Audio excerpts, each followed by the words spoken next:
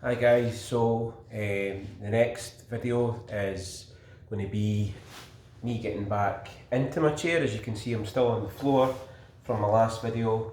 I'm going to try and get it back in to my chair. As I mentioned in my previous video, this is probably the harder part of the process. Certainly for me, I don't have any use of my legs at all. The main objective is safety. So a couple of things that I would point out is when you're getting back into your chair, especially if you don't have any sort of use of your legs as such for balance, is to make sure that you evenly distribute your weight onto the chair. Occasionally when I've done this, I've forgotten about that and it's been very heavily weighted towards the front, and that's resulted in the chair tipping forward. And when you're at the front of the chair with no use of your legs to sort of balance yourself, it's not a great outcome. So make sure that you, when you're at the front, you make sure that you mainly hold on to the back of the chair. As I said in my last video, I do tend to not have shoes on in the house, and I do find it easier to demonstrate also without socks.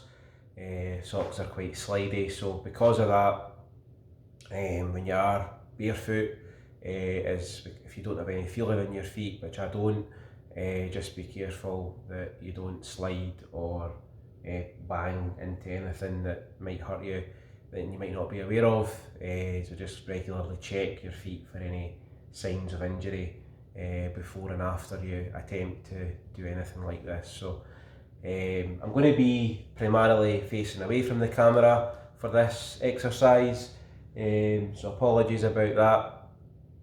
Just I'll try as much as I can to talk through it, to show you and tell you what I'm doing, but because a lot of it is a little bit more difficult, it is something that I might need to concentrate on more than I would be if I was just sliding down onto the floor, which you saw in the last video. So I might go silent for a little while, but hopefully you can get the gist of what's involved for me. So the first thing is I'm going to go onto my knees, so I'm going to slide my legs under me, and then so I've got my chair here. I'm going to make sure that I lock the brakes on. They are on, so that's fine. You don't want to try this without brakes.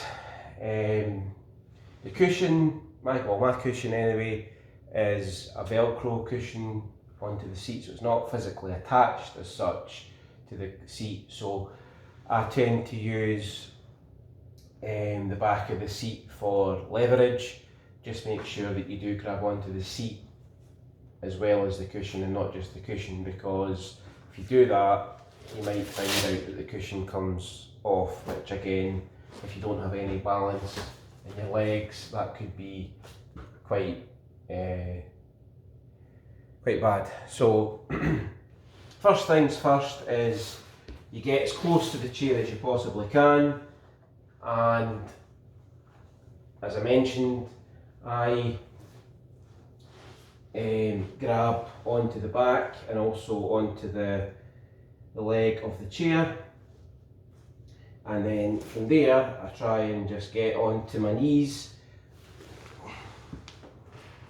And what I do is, to make sure that I don't tip forward, is I try and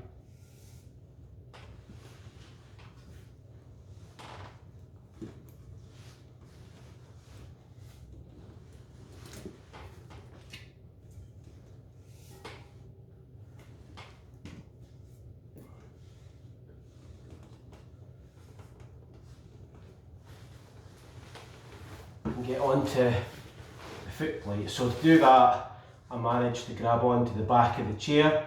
So I've now got my knees on the foot plate, which certainly helps me now to do that. So I've still got my hand here. My other hand, which you probably can't see, is at the back of my other wheel.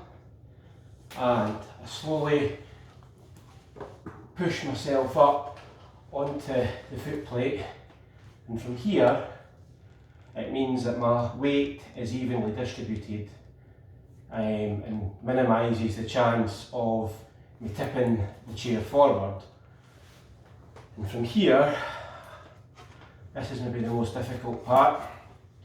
So I want to try and get into a seated position now. So now I've put my left hand onto the cushion, my other hand's still here. From here, I turn myself round onto my chair, and that is how I get back in from a seated position. So, I hope you all found that quite useful. I certainly found it quite challenging.